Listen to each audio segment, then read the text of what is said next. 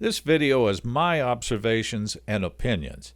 I have a vested interest in making this because of the threat of changing this beautiful land from R1 to multiple family homes, including duplexes and apartments, that will not only lower our property values in the surrounding neighborhoods, but it'll change this area forever, and that's sad. The neighbors that I've spoken to said they bought their homes knowing that the school owned the property and it was zoned R1. Knowing that gave them a comfort level that when they purchased in this area, that it would stay R1. I always figured if the school sold the land, at least there would be nice single-family homes developed there. When our community saw the hearing notice and that the builder wanted to rezone to multiple family dwellings, a shockwave spread throughout the neighborhoods. Neighbors who had never met each other before were standing together to stop this zone change attempt. There were over 350 notarized petitions and over 500 signatures gathered to stop this from changing from R1. During the latest Planning and Zoning virtual hearing, one of the Planning and Zone board members commented that they had never had that many petitions before. After several neighbors testified under oath to the committee about the various reasons that it would be a travesty to change the property from R1 to R1, R2, R3, and R4 plus pads, the Planning and Zoning Board voted unanimously with one abstention to keep the land as an R1. Now we have one more step to protect our community. We must make sure that county commissioners know what the views are of our community. Now, I'm not speaking for the community, but from what I've observed and I hear from others, there's an overwhelming support to preserve the R1 zoning. The facts will clearly spell out why this is a horrible idea to change from R1. Let's dive in. First, a quick overview of the way I understand what the builder is wanting to do.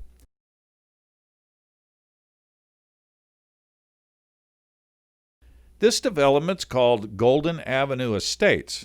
It's catty-corner from Harrison Elementary School. Notice how the duplexes are close together? The way I understand it, that's called multiple family residence with maximum intensity as defined by the Greene County zoning regulations. More on that in a little bit. I'm pointing out things to me that are common sense. This is not to have any malice towards the builder. Now, I could be off somewhat in the numbers, but generally speaking, this is the way I understand it. I'm sure you've been provided with the specifications from the builder and you can check those numbers for yourself. From the plans that I've heard, the only way to get in and out of the new development is through two entrances. One on Burroughs Avenue, which is right by my house, and the other on Sycamore, both located on Weaver Road. The builder wants to build apartments very close to Harrison Elementary School, which will actually overlook the school. R4 will have 173 apartment units. There will be 13 R1 lots, 6 lots will be R2, and R3 will have 59 units. Now, I understand there will be a pad, and I assume that's some sort of a clubhouse or pool, but I'm not sure what that is. With that being said, it would make it close to 300 living units spread over the development. If each unit had 1.5 cars, then it's approximately 450 cars coming in and out of the development at all times of the day. Now, if each one went to work and came home, well, that's 900 cars pulling in and out off of Weaver Road. And that doesn't count when you go shopping or they have visitors. So my guess is it might be more around 1,100 cars a day coming in and out of the development in a 24-hour period. Just my guess. But this is a rough idea of what the builder wants to develop. So first of all, let's talk about Weaver Road. Here's a pesky issue that has been looked at countless times by the county. That being a natural gas line that follows Weaver Road all the way to Campbell Avenue and beyond. As you can see, it's very close to the road and it can't be moved because it feeds natural gas to most of Springfield. That's the main reason Weaver has never been widened.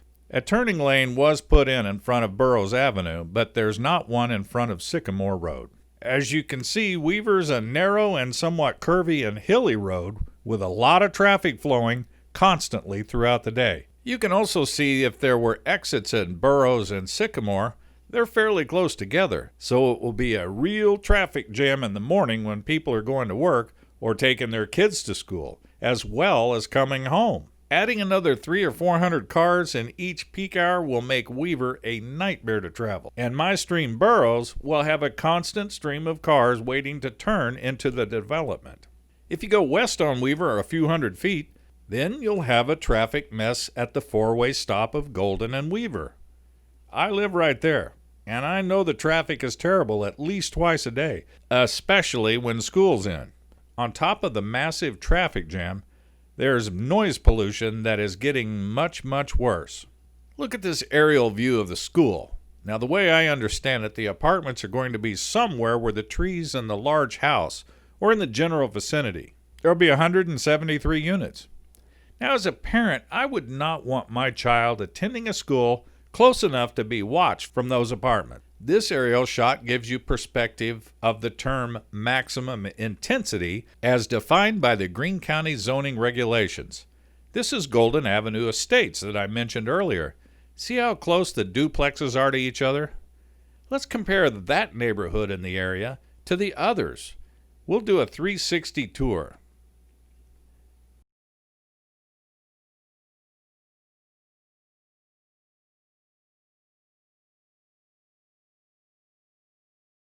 Now let's stop here for a minute. The four-way stop at Golden and Weaver.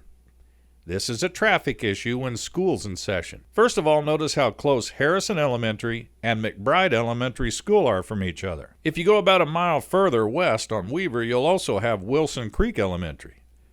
This four-way stop is one to avoid during those times. If you add 200 or 300 students in an already crowded school system, it'll put a real burden on those schools and traffic. This will be a much bigger problem overnight for the school system. As we scan the horizons, you can see lots of green in the neighborhoods and no maximum intensity areas. Here's another issue that was brought up at the virtual planning and zoning meeting. The people who live on the east side of the property, which I believe is called Teton Estates, told the Planning and Zoning Commission that water has been a big problem throughout time. There is a proposal from the builder to build a water retention area, but the Teton Estates people were very skeptical and seemed that it would not work. They said there's mosquitoes and water that just does not go away. I'm not a water expert, so I'm only passing that along. In closing, homeowners in this area roundly reject a maximum intensity development to be crammed into an R1 zone.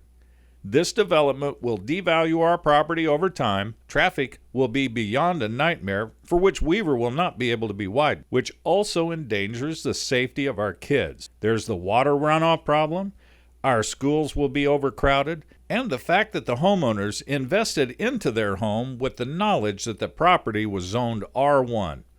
And last but certainly not least, the Planning and Zoning Committee unanimously voted it down with one abstention at their last meeting. Please do the right thing and vote no. Thank you.